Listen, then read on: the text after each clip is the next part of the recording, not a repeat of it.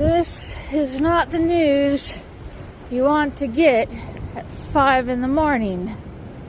But if you're gonna get it anytime, 5 in the morning is the best time, because with any luck, everyone has not moved from their bedding down spots. We're back up. So let's see.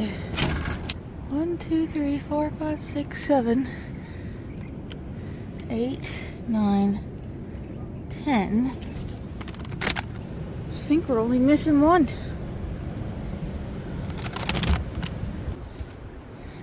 Next problem.